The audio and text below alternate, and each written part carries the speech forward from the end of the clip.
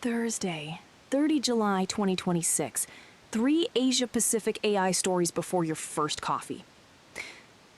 Kuala Lumpur launched AIinAsia on 28 July, converting the National AI Office into a permanent agency under the Ministry of Digital, and unveiling a national AI action plan for 2026 to 2030 with 14 sector initiatives and 14 foundational work streams. Prime Minister Anwar Ibrahim used the stage to publicly name the U.S. Cloud Act and sovereign cloud arrangements as unresolved questions, rather than settled policy, a notable departure from the usual launch script. The plan also establishes a Malaysian AI Safety Institute and a program called AI into Rakyat, opening 31 August, offering up to 100,000 Malaysians aged 18 to 30 a free 3-month AI subscription. Why it matters?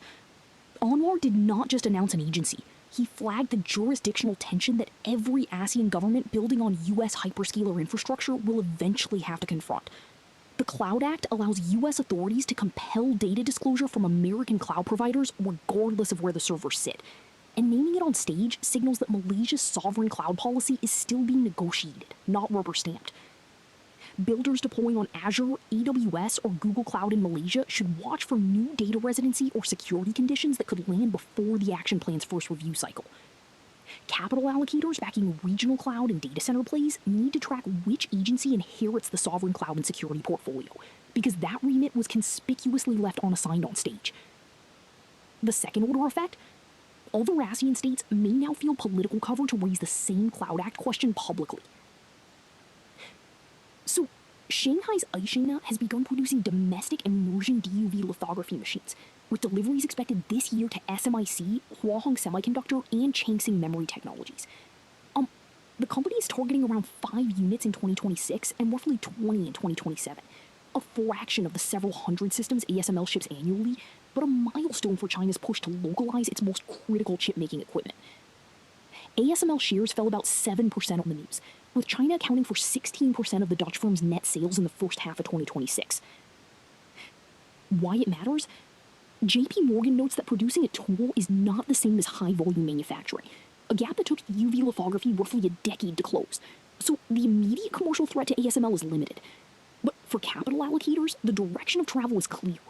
Every unit AIinAsia ships reduces Beijing's dependence on foreign lithography and narrows the leverage that export controls provide.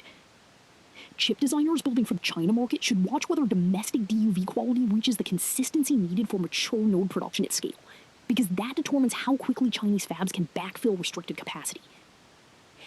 The second order effect worth tracking is whether ASML accelerates its own pivot toward non-China revenue to offset what could become a structurally shrinking addressable market in the mainland. Now, Goldman Sachs expects Chinese AI labs to begin charging cloud platforms licensing fees for hosting open-weight models, a pricing shift the bank calls paid weights. The expected structure pairs downloadable weights with commercial licenses requiring revenue sharing, a move that would directly affect Asian sovereign and enterprise projects that price the model layer at 0 in their procurement documents. Models like Kimi K3 and GLM 5.2 now perform close to the strongest American alternatives, with global usage that currently generates no license revenue for their creators. Why it matters? Any government or enterprise team across Asia that built its AI stack on Chinese open weights and budgeted 0 for model licensing faces a procurement reset. Sovereign cloud operators in Southeast Asia and India feel it first, because many locked-in cost models assumed the inference layer was the only line item. The enforcement question is real. Teams can fork the last free checkpoint, or migrate to labs like Minimax that remain fully open, which limits pricing power. But if even 2 major Chinese labs, say Moonshot AI and Zippo AI, enforce commercial licenses simultaneously, the arbitrage window closes fast. Capital allocators should watch whether cloud hosts absorb the fee or pass it through, because that split determines whether Asia's cost advantage over American model stacks narrows or holds.